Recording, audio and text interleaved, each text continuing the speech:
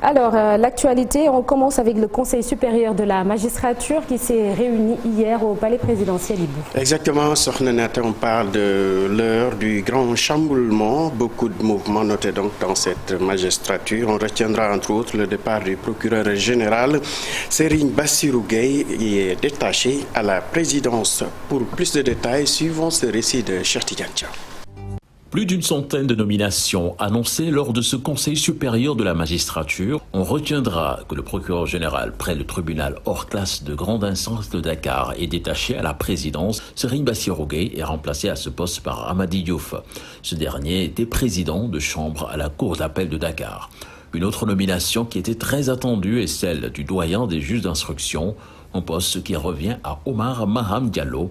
Il était jusqu'ici président de chambre à la cour d'appel de Ziguinchor. On notera également la nomination d'Ousmane Diagne, procureur de la République jusqu'en 2013. Il devient procureur général près la cour d'appel de Dakar. Le TER Train Express régional va enfin commencer à rouler très prochainement, Ibou. Exactement, Sornenata, plusieurs fois reporté. La nouvelle date de mise en service du Train Express régional est donc annoncée au 23 décembre 2021, réceptionnée en grande pompe en janvier 2019. Cette ligne doit rallier Dakar à l'aéroport international Blaise Diagne de Diass. Le ministre des Infrastructures et des Transports terrestres, Mansour Faye, a affirmé que cette date inaugurale sera bel et bien respectée. Il était face à la presse hier à Saint-Louis. Propos recueillis par Ousseyni Diop. Oui, le TER va rouler. Vous savez, c'est un engagement du chef de l'État de mettre en exploitation commerciale le TER avant la fin de l'année. Et la date inaugurale, je le dis maintenant, retenue, la date du 23 décembre, donc qui va voir le TER ouvrir ses portes aux passagers, Inch'Allah Rabbi. Parlons à présent santé avec la lutte contre le cancer des seins. Les femmes de Mbaké Khewar à Mbaké, exactement, soutenues par leur fils, ont bénéficié d'une journée de consultation gratuite. Occasion pour permettre à ces dames de se faire consulter. Suivons ce reportage signé par Balagay Talassan.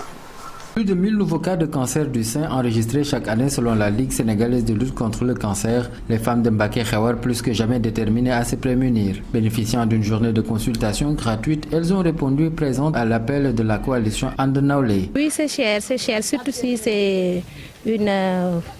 ça concerne une femme qui ne travaille pas, une ménagère, si je peux m'exprimer ainsi. C'est un peu cher et on ne peut pas, c'est pas toujours évident.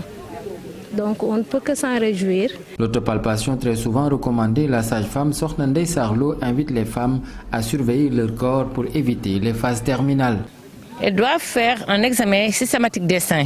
Et c'est la raison pour laquelle lors des consultations, nous sages-femmes, on regarde les seins pour voir s'il y a des nodules. Au sortir de sa consultation, Mère Mathilde Diba dit toute sa satisfaction.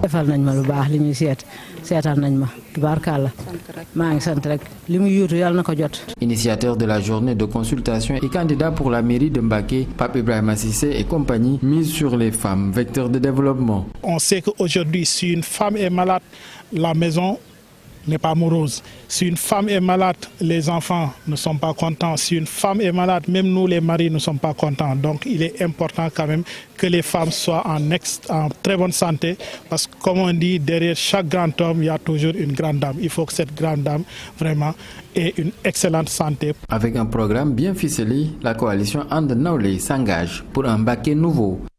Parlons à présent littérature donc avec Mohamed Bougar Sarr, récompensé prix du roman Gaye 2021. L'OMG Jamra, pas du tout surpris par cette distinction. Mamatar Gueye demande tout simplement aux jeunes écrivains sénégalais de retourner purement et simplement ce prix. Le comité de littérature de l'organisation fera face à la presse dans les prochains jours. Écoutons, suivant ses propos plutôt. Il est au micro de Maïmouna Ndiaye.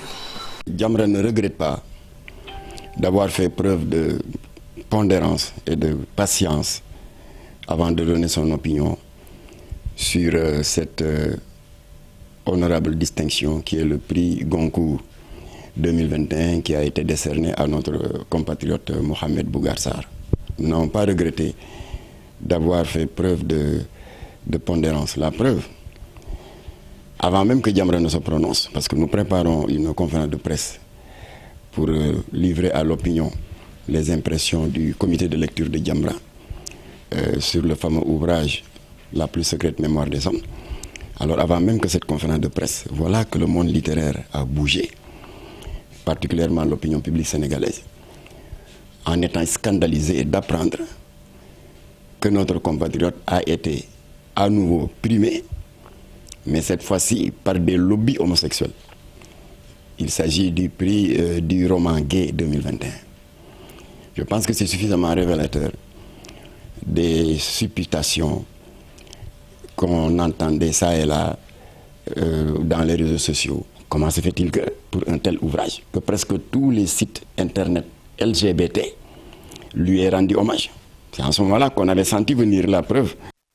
Encore une grosse polémique en vue. Donc, Ibou Dioufé, on parle sport avec les barrages de la Coupe du Monde 2022. Un international camerounais pris pour rencontrer le Sénégal. Ça risque de relancer également le débat sur la qualification des Lions lors de ces barrages de la Coupe du Monde Qatar 2021. Les 10 équipes qualifiées pour ces barrages donc connaîtront leur adversaire le 18 décembre prochain, la date retenue pour le tirage au sort. Un joueur camerounais a fait son pronostic et souhaite affronter le Sénégal. Il s'agit bien de Michael Ngade, défenseur central, qui estime que s'il y a une équipe à éviter, ça serait bien sûr l'Algérie. Mais s'il y a une équipe avec laquelle il souhaiterait jouer pour ces barrages, ça serait le Sénégal, car, disent-ils, ils ont l'habitude vraiment de remporter les 3 points avec l'équipe nationale du Sénégal. Rien que ça. On verra bien, hein? Mais c'est pas une raison pour se convaincre quand même qu'ils vont pouvoir battre le Sénégal à tout moment. Hein? C'est la bataille psychologique. N'est-ce pas, Malick Thiandoum? C'est bien. C'est une bataille entre Lions indomptables et Lions de la Teranga. Oui. Mais à l'heure actuelle, quand même, le Sénégal est plus à même de battre le Cameroun. Ouais, ça, c'est ma conviction. C'est ce qu'on disait en 2017. De toute façon, en 2017, j'étais là-bas au Gabon quand le Cameroun nous battait. On avait une équipe largement supérieure. En conférence de presse, le sélectionneur Brooks avait dit: vous avez de bons joueurs, vous avez une meilleure équipe que moi, mais moi j'ai ma stratégie pour vous battre. Et à la fin, ils nous avaient battus. Et je pense que ce sera une belle revanche. Si on les rencontre, ils verront que ce Sénégal-là est largement supérieur au Cameroun. C'est la bonne guerre, Nata. C'est juste la bataille psychologique qui a commencé bien avant la compétition. Au lieu de... Merci beaucoup. Il est 6h40. Dans quelques instants, l'actualité hors du Sénégal.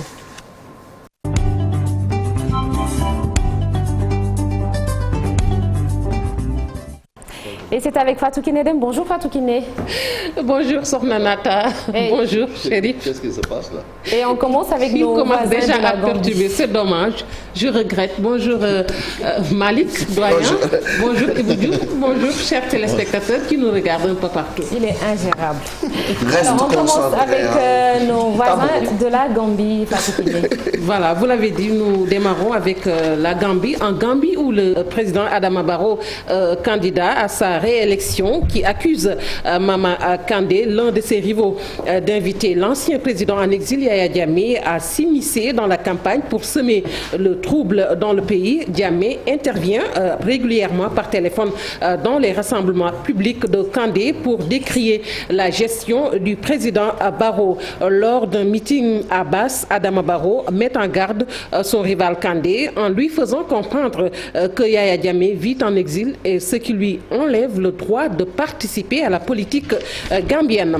La Côte d'Ivoire renforce ses effectifs militaires. Le président Alassane Ouattara annonce le recrutement de 3000 soldats l'an prochain.